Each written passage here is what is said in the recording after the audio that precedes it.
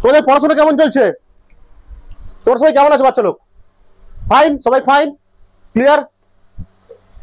Video দেখছো? Video দেখছো তোমরা? পড়াশোনা চলছে ভালো? এই এত কষ্ট করছি কাদের জন্য? তোমাদের জন্য। তোমরা যাতে বিনামূল্যে সহজভাবে সবকিছু শিখতে পারো। ঠিক আছে? বুঝতে পারছো? আজকে আমরা শুরু করব নতুন টপিক, অনুরণন। ঠিক আছে? অনুরণন, রিভারভেশন। আমরা আগের দিন পড়েছিলাম প্রতিধ্বনি। কি বলেছিলাম? প্রতিধ্বনি। ওকে, আজকে আমরা শিখবো নতুন জিনিস, রিভারভেশন বা অনুরণন। ওকে, চলো তোমরা সবাই রেডি? আমি কি বলছি তোমরা সেটা মন দিয়ে শুনবে। ওকে, আমি কি বলছি তোমরা সেটা মন দিয়ে শুনবে। আমি কি বলছি সেটা ভালো করে শুনবে, বেশি গুরুত্বপূর্ণ ওটা। তোমাকে আগে বিষয়গুলো, টপিকগুলোকে আন্ডারস্ট্যান্ড করতে হবে, ফিল করতে হবে, তাহলে তুমি ভালোভাবে বুঝতে পারবে। ঠিক আছে? এবার আমরা শুরু করব আজকের দিনের ফার্স্ট টপিক, শব্দের অনুরণন। শব্দের অনুরণন। সবাই হেডিং করো, সবাই হেডিং করো তোমরা। শব্দের অনুরণন।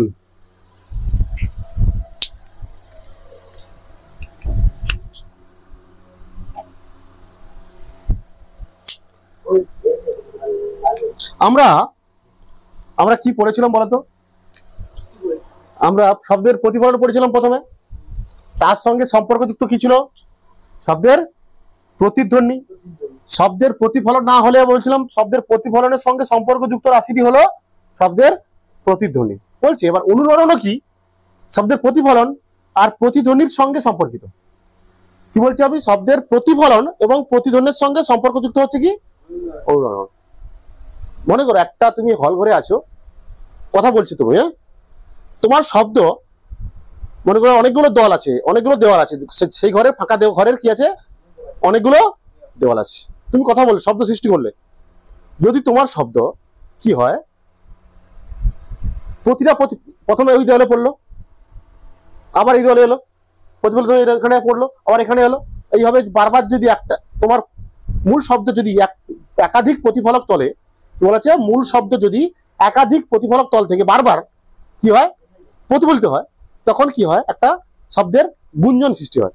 মানে মূল শব্দ আর প্রতিফলিত শব্দের মধ্যে সময়ের ব্যবধান কত? 1/t সেকেন্ডের থেকে 1/10 সেকেন্ড থেকে কম। তখন দেখা যাবে তোমার ওই বলা শব্দটা একাধিক প্রতিফলক তল বরাবর, তলের উপর, তল থেকে বারবার কি হয়? প্রতিফলিত হয়। তখন ওই শব্দের একটা গুঞ্জনের সৃষ্টি হয়। তখন তাকে বলি আমরা শব্দের অনুরণন। কি বলছি? যখন আমরা পড়েছিলাম কি? আমরা কি পড়েছিলাম বলতো? যদি delta theta greater than equal to 1/10 second হয়, তখন কি সৃষ্টি হয়? প্রতিধ্বনি। মানে একটা কাদের মধ্যে? ডেল্টা টিটা কাদের মধ্যে? মূল শব্দ আর প্রতিফলিত শব্দের মধ্যে সময়ের ব্যবধান যদি 1/10 সেকেন্ডের সমান বা বেশি হয়, তখন কি সৃষ্টি হয় বলছিলাম তোমাদের আমি? তখন কি সৃষ্টি হয় বলেছিলাম? চলো, শব্দের কি সৃষ্টি হয়? শব্দের প্রতিধ্বনি। যদি বলা হচ্ছে যদি যদি যদি যদি যদি যদি যদি যদি এই ডেল্টা টিটা মানে সময়ের পার্থক্যটা 1/10 সেকেন্ডের কম, 1/10 সেকেন্ডের কি হয়? কম, শব্দের কি সৃষ্টি হয়? তখন শব্দের অনুরণন সৃষ্টি, শব্দের অনুরণন সৃষ্টি হয়। কি হলো? কি কথা বলছিস? তাহলে সময়ের পার্থক্য 1/10 সেকেন্ডের কম হলে তখন কি সৃষ্টি হবে? শব্দের অনুরণনের সৃষ্টি হবে। ঠিক আছে? শব্দের অনুরণন লেখো, সবাই সবাই লেখো। শব্দের অনুরণন, সব লিখবে এগুলো, সবাই সব লিখবে। অনুরণন প্রতিফলন ও প্রতিধ্বনির সঙ্গে সম্পর্কযুক্ত।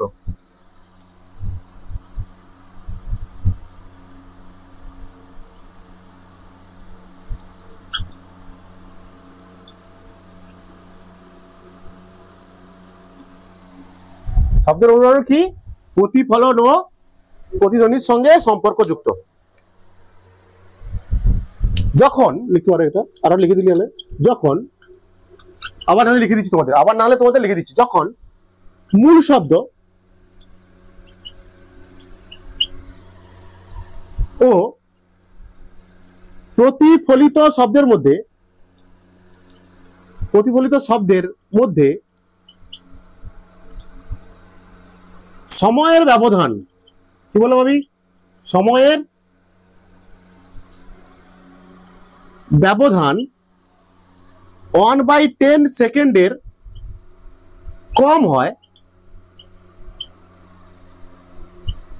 তখন অনুরণন সৃষ্টি হয়। কি হয়? অনুরণন সৃষ্টি, তখন অনুরণন সৃষ্টি হয়। বলছে এক্ষেত্রে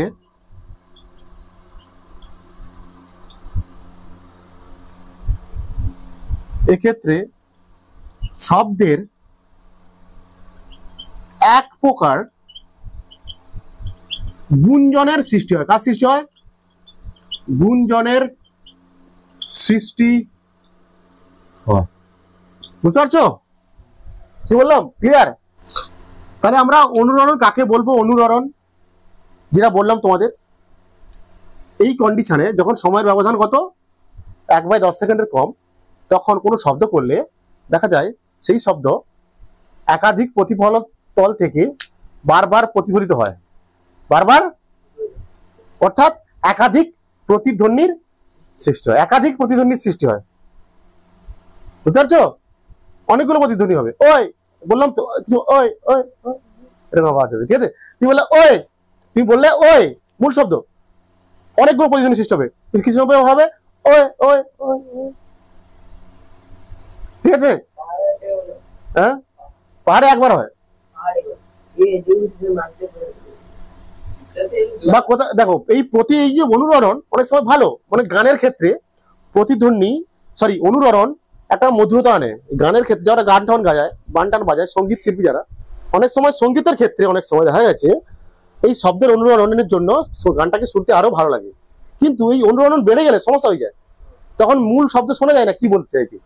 বলছে হালকা অনুরণন হবে, হালকা অনুরণন হবে, কোনো সমস্যা নেই, ভালো লাগবে শুনতে শব্দ, বা গানটা শুনতে ভালো লাগবে, ঠিক আছে? কিন্তু অত্যাধিক যখন অনুরণন হবে বা গুঞ্জনের সৃষ্টি হবে, তখন আমরা মূল গানটা কি করতে পারবো না, শুনতে পাবো না, কি বলতে পারবো না, শুনতে পাবো না, বা বুঝতে পারবো না কি বলতে চাইছে। তাহলে আমরা কি বলছি? শব্দের অনুরণন কাকে বলবো? শব্দের অনুরণন যে কোনো শব্দ একাধিক প্রতিফলক তল থেকে, কোনো শব্দ একাধিক প্রতিফলক তল থেকে বারবার প্রতিফলিত হয়ে একাধিক প্রতিধ্বনি সৃষ্টি করে। হ্যাঁ, এর ফলে সেই শব্দের রেশ আমাদের মস্তিষ্কে দীর্ঘ সময় ধরে থাকে, অর্থাৎ এক ধরনের গুঞ্জনের সৃষ্টি হয়। একে বলি আমরা শব্দের অনুরণন। বুঝে গেছে কি বলছি? তোমাদের লিখে ফেলো।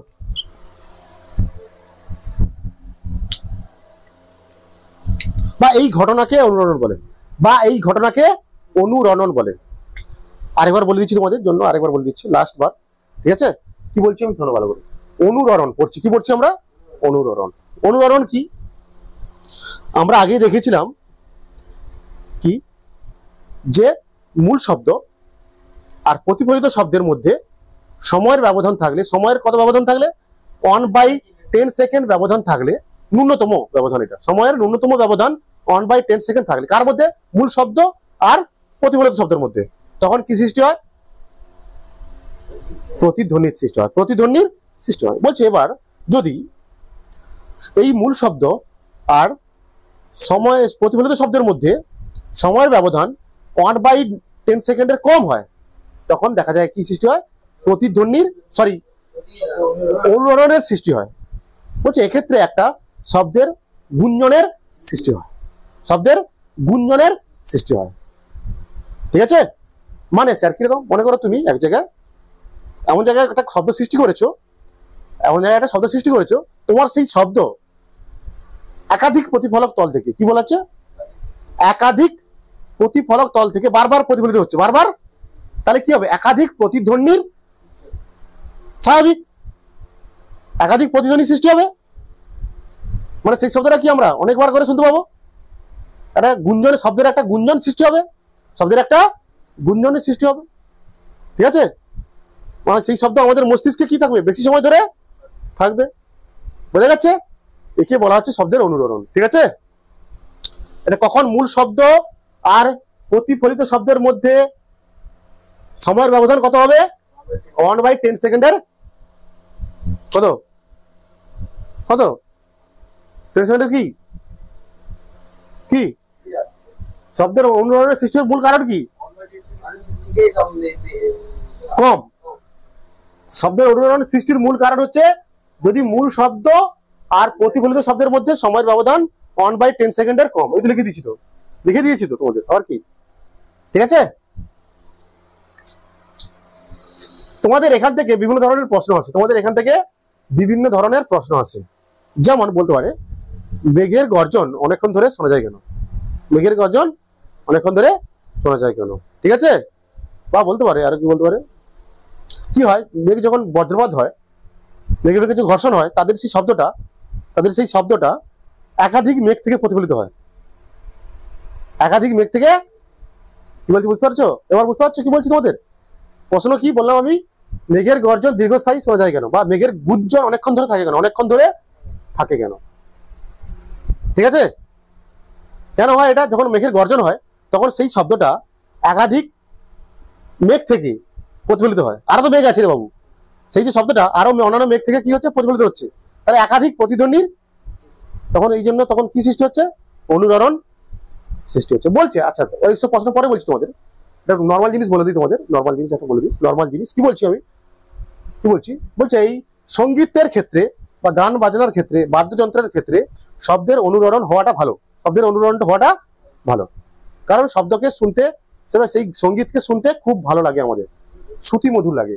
বলছে অনেক সময় এই অনুরণনের পরিমাণ বেশি হয়ে গেলে কি হয়, সেই শব্দেরকে আমরা তখন আমাদের বিরক্তি লাগে, আমাদের সেই শব্দ শুনতে বা সেই গান শুনতে আমাদের বিরক্তি লাগে, কারণ আমরা তখন বুঝতে পারি না মূল শব্দ কোনটা, সেটা স্পষ্টভাবে বুঝতে পারি না। তখন আমাদের দায়িত্ব কি?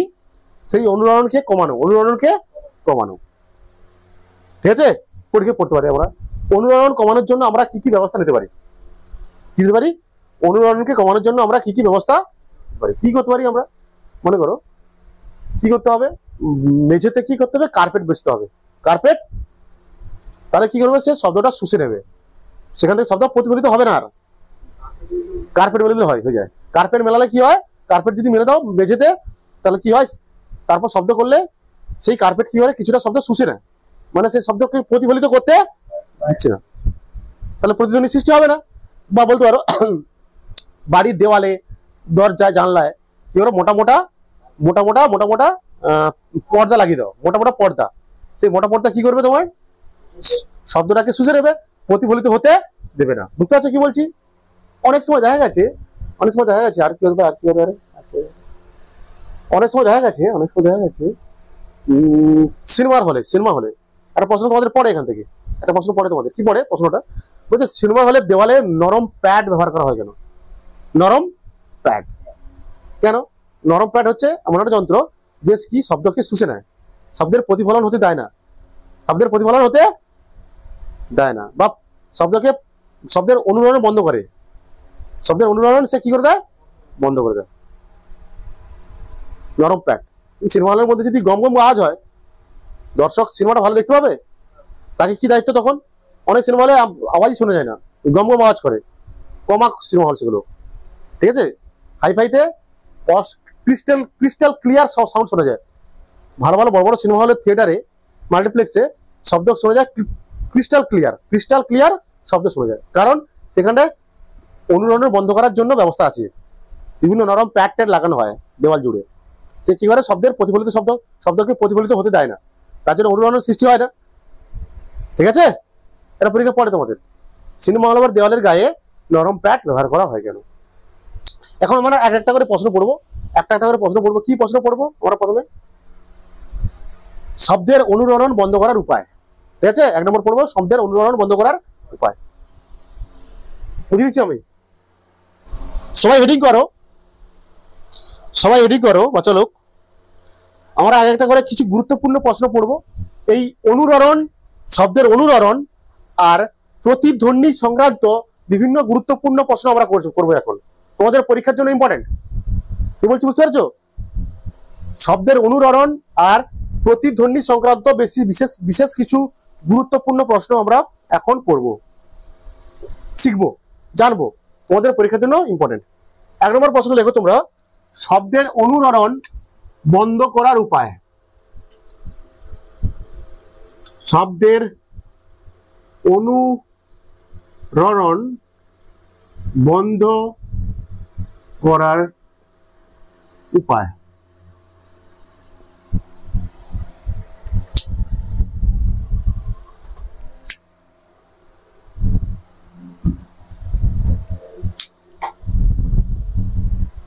শব্দের অনুরণন বন্ধ করার উপায়, কিছু লিখে ফেলো, ছোট ছোট লাইন। কি বললাম, যেটা যেটা তোমাদের বলেছি সেটা লিখে ফেলো আরেকবার, না হবে। কি লিখবে? এখন যে প্রশ্নটা করলাম আমরা, শব্দের অনুরণনের ক্ষেত্রে একটা গুরুত্বপূর্ণ প্রশ্ন করলাম, তোমাদের পরীক্ষায় পড়তে পারে, এটা তোমাদের পরীক্ষায় এটা পড়তে পারে, ঠিক আছে? প্রশ্নটা হলো কি, শব্দের অনুরণন বন্ধ করার উপায়। শব্দের অনুরণন বন্ধ করার উপায়, ইম্পর্টেন্ট প্রশ্ন। বলছে শব্দের অনুরণন, সঙ্গীতের ক্ষেত্রে অনুরণন হওয়াটা খুবই ভালো দিক, এটা ভালো দিক।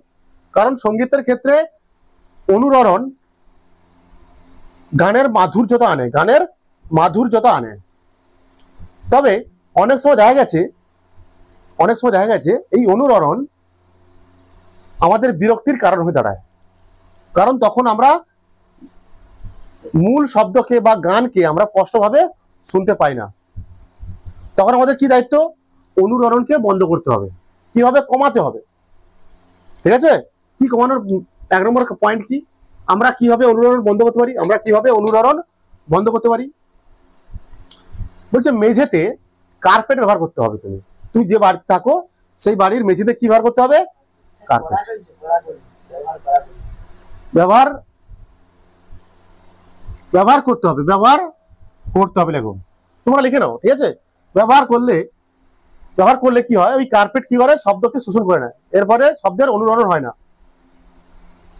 বা বলতে পারো, আরো হতে পারে, তোমরা কি করতে পারো, বাড়ির দরজা জানালায় মোটা পর্দা ঝুলিয়ে রাখো, সেই পর্দা কি করে নেয়, শব্দ শোষণ করে নেয়, ফলে অনুরণন হয় না।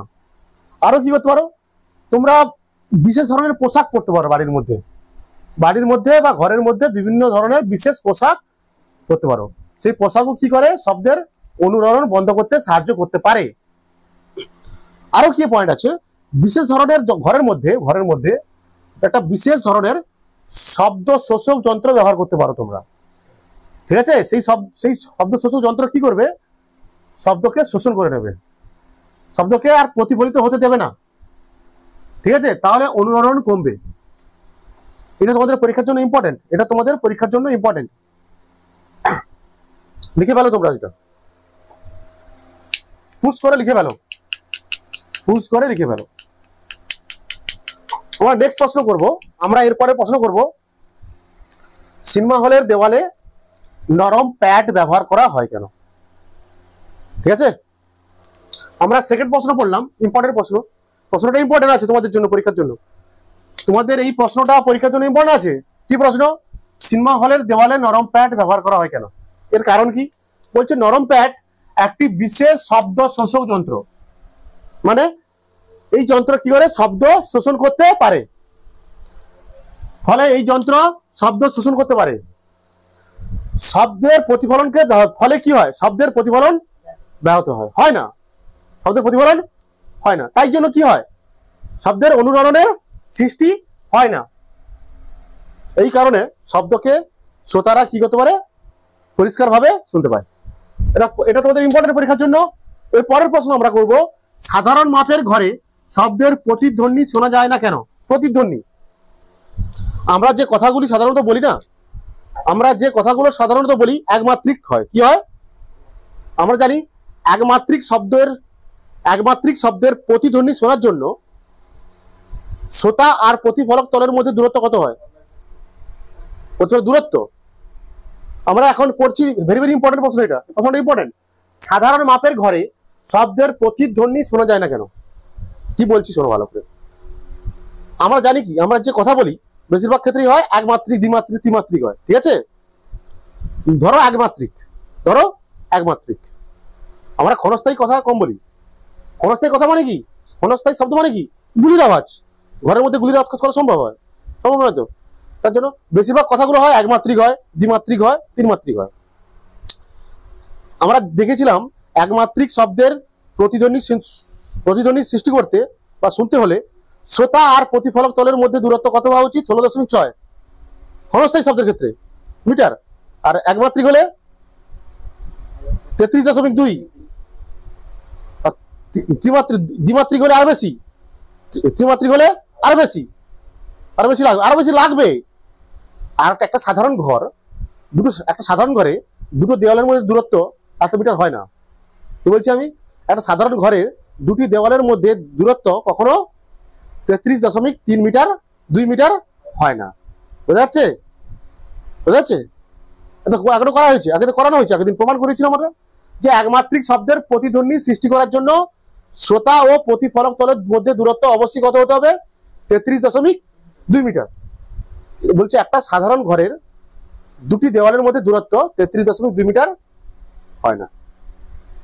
ঠিক আছে, এই জন্য কি হয়, এইসব ঘরে শব্দের প্রতিধ্বনি সৃষ্টি হয় না। তাছাড়াও কি থাকে, অনেক জিনিসপত্র থাকে এর মধ্যে, আমাদের অনেক জিনিসপত্র থাকে। বোঝা যাচ্ছে? Clear clear clear clear clear বাচ্চা লোক, কি বললাম আমি? সাধারণ মাপের ঘরে শব্দের প্রতিধ্বনি শোনা যায় না কেন? কেন বলছে, আমরা বলেছি একটু আগে, আমরা যে কথা বলি সাধারণ মাপের ঘরে বাড়িতে, সেগুলো ক্ষণস্থায়ী নয়। বেশিরভাগ ক্ষেত্রে হয় একমাত্রিক, দ্বিমাত্রিক, ত্রিমাত্রিক, তাই তো? ধরলাম একমাত্রিক, বলছে একমাত্রিক শব্দের প্রতিধ্বনি সৃষ্টি হওয়ার জন্য শ্রোতা ও প্রতিফলক তলের মধ্যে ন্যূনতম দূরত্ব 33.2 মিটার হওয়া উচিত। এটা আমরা প্রমাণ করেছি এটা প্রমাণ। কিন্তু আমরা দেখেছি সাধারণ মাপের ঘরের মধ্যে দেখা গেছে দুটি দেওয়ালের মধ্যবর্তী দূরত্ব কত হয়? 33.2 মিটারের কম, তাই প্রতিধ্বনির সৃষ্টি হয় না। ক্লিয়ার? পরের প্রশ্ন লেখো, যেটা বলছিলাম তোমাদের। পরের প্রশ্ন যেটা বলছিলাম তোমাদের, কি প্রশ্ন? মেঘের গর্জন গম গম শব্দ করে কেন? নাকি মেঘের গর্জন অনেক সময় গম গম শোনা শব্দ, মেঘের গর্জনের পর অনেক সময় গম গম শব্দ শোনা যায় কেন? এখানে হয়ে যাবে, চাপ নেই। দেখো তোমরা প্রশ্ন লেখো। পরের প্রশ্ন ভালো প্রশ্ন পড়তে পারে। মেঘ গর্জনের পর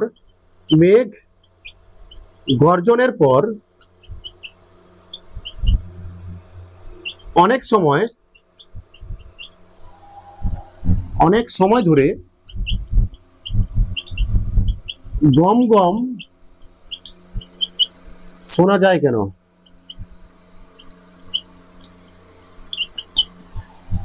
মেঘ গর্জনের পর অনেক সময় ধরে গম গম শোনা যায় কেন?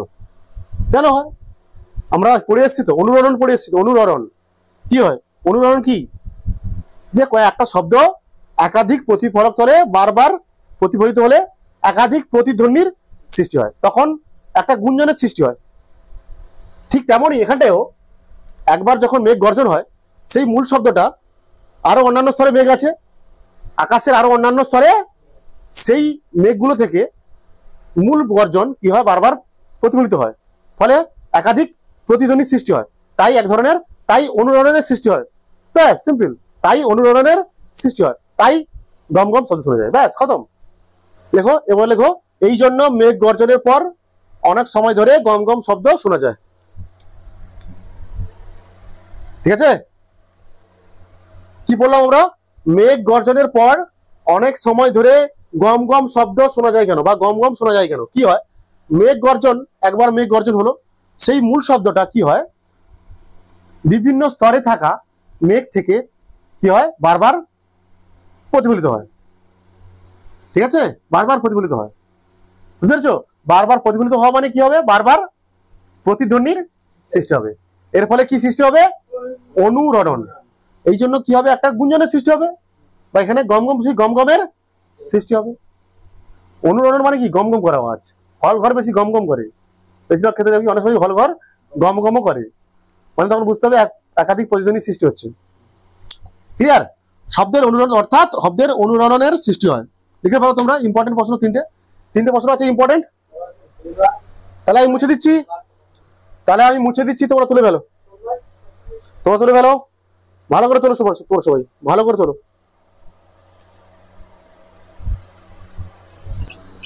কি বলছি আমি, প্রশ্নটা কি বললাম, এর ইম্পর্টেন্ট প্রশ্ন, কনসেপচুয়াল প্রশ্ন, ভালো কনসেপচুয়াল প্রশ্ন এটা। ফিজিক্স আর কেমিস্ট্রি শব্দের প্রতিধ্বনি শুনতে শ্রোতা ও প্রতিফলক তলের মধ্যে ন্যূনতম দূরত্ব কত হওয়া উচিত? ভেরি ভেরি ইম্পর্টেন্ট প্রশ্ন, কনসেপচুয়াল প্রশ্ন এটা, ঠিক আছে। ফিজিক্স আগে লিখো, ফিজিক্স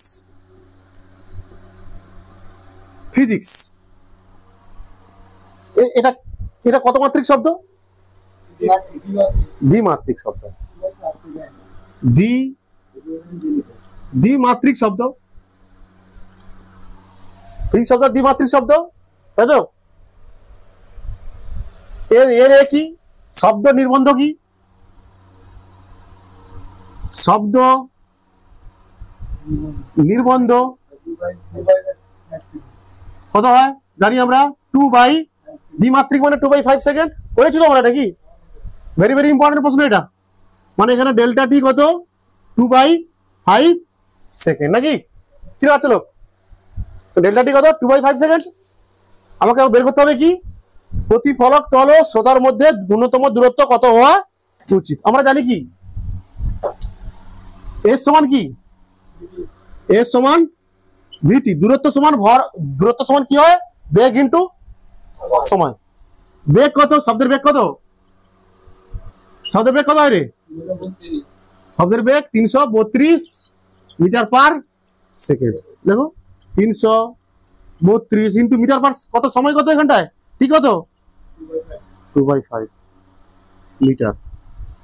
কাটাকাটি করো।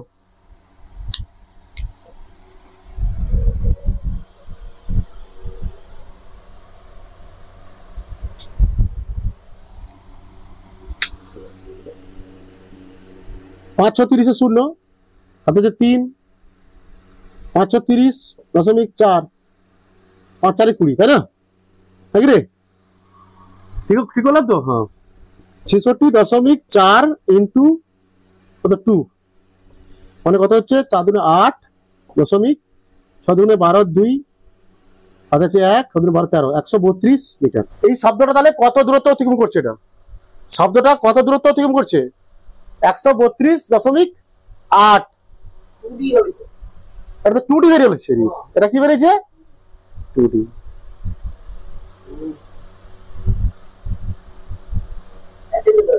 একটা y2 করতে হবে, y2 করলে হবে। মানে শব্দটা কত দূরত্ব অতিক্রম করছে, মানে একবার গেছে কত d, এটা যদি d দূরত্ব হয়, এটা যদি d দূরত্ব হয়, এটাও কত হবে? d 2D। এটা বেরিয়েছে কত? 2D বেরিয়েছে। 2D সমান 132.8 মিটার। আমাকে লাগবে কি, এই দূরত্বটা, একটা দূরত্ব। এটা বলো, এটা বেরোলো শব্দের দূরত্ব। এটা কি বেরোলো? শব্দ কতটা দূরত্ব গেছে, শব্দ কতটা দূরত্ব গেছে, শব্দ কতটা দূরত্ব গেছে, এটা ঠিক আছে। শব্দ কতটা দূরত্ব গেছে তার সেটা বেরোলো। শব্দ একবার গেছে d দূরত্ব, আবার এসে d দূরত্ব, মানে 2D, মানে এটা 2D বেরিয়েছে। আমাকে বের করতে হবে কি, শ্রোতা আর প্রতিফলকের মধ্যে দূরত্ব কত, একটা d। অতএব এখানে লিখো 2D সমান, ছবি এঁকে দিবি, 2D সমান কত? 132.8, তাই তো। d সমান কত হবে? 66.4 মিটার। খতম।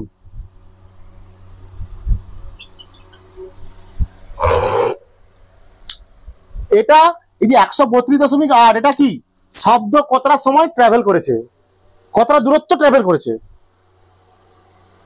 তাই না। এখানে আমরা লিখতাম কি, বেগ সমান কি লিখতাম, 2D/t, তাই না। এটা বেরোলো কালে কি 2D বেরিয়েছিল, এটা সমান 2D। d সমান কত হবে? 66.84 মিটার। লিখে ফেলো যে ফিজিক্স শব্দটি শুনতে, ফিজিক্স শব্দের প্রতিধ্বনি শুনতে শ্রোতা ও প্রতিফলক তলের মধ্যে ন্যূনতম দূরত্ব হবে এইটা, ঠিক আছে। এবার লেখো তোমরা, আরেকটা আছে না, কেমিস্ট্রি, কেমিস্ট্রি কি মাত্রিক শব্দ?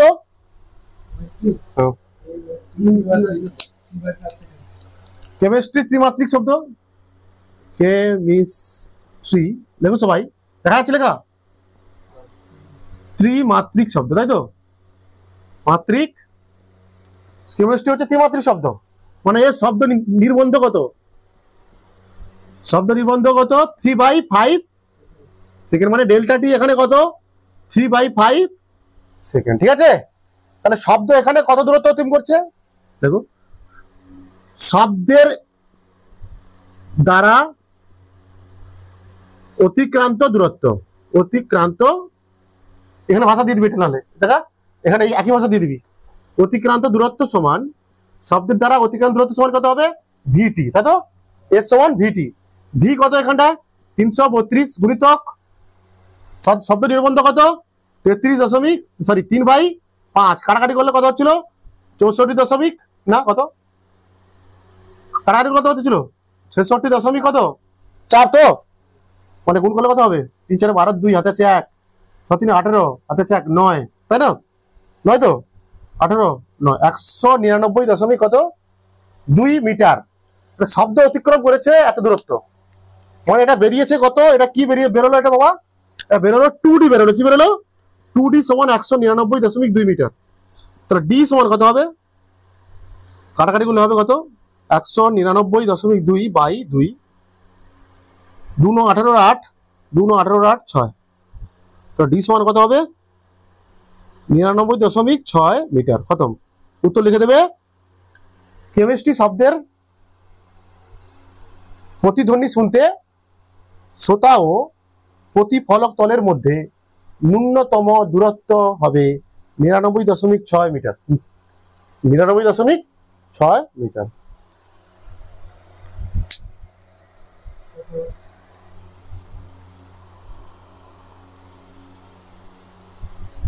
তো আজকের মতো তোমাদের ছুটি, আজকের মতো ছুটি।